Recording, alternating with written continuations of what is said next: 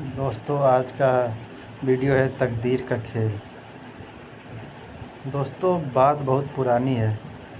गुजरात के सूरत शहर में मनसुख लाल नाम के एक व्यापारी थे। इनका कीमती रत्न का कारोबार था। इनका कारोबार दुनिया के कई देशों में फैला हुआ था।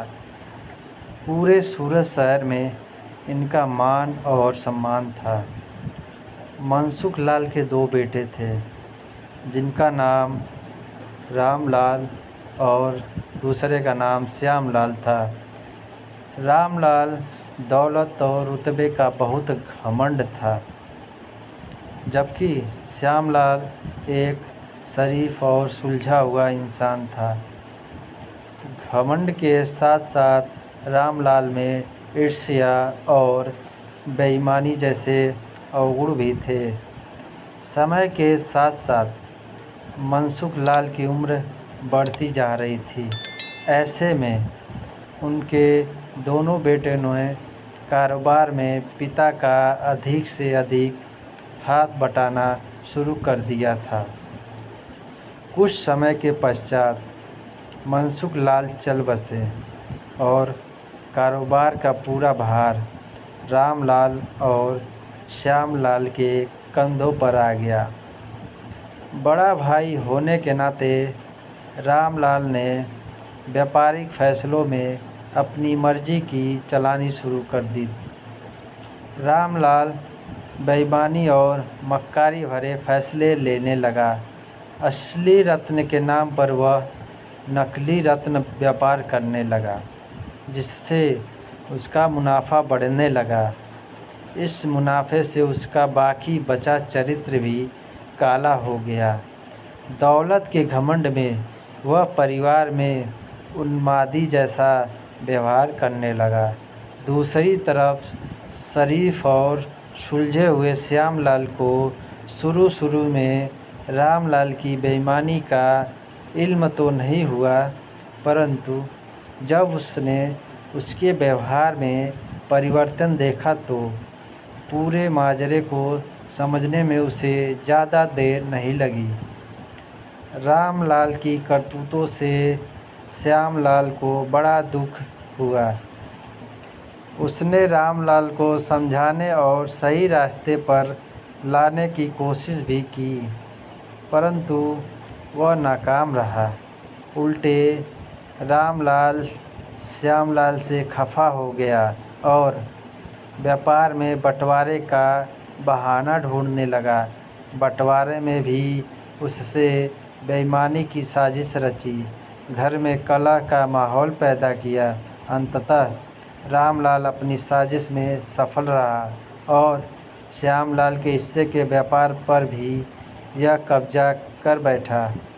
रामलाल के व्यवहार से दुखी होकर श्यामलाल ने शहर में दूसरी जगह अपना ठिकाना बनाया और रत्न के अपने व्यापार को नए सिरे से शुरू किया। ईमानदारी की नींव पर शुरू हुआ श्यामलाल का व्यापार जल्दी ही चल निकला। एक तरफ जहां श्यामलाल की ख्याति देश और विदेशों में बढ़ने लगी, वहीं दूसरी तरफ रामलाल की करतूतों की पोल खुलने लगी थी। नकली रत्न के व्यापार के कारण रत्न बाजार में रामलाल की साख को जोरदार धक्का लगा और उसके व्यापार का दायरा सिमटने लगा।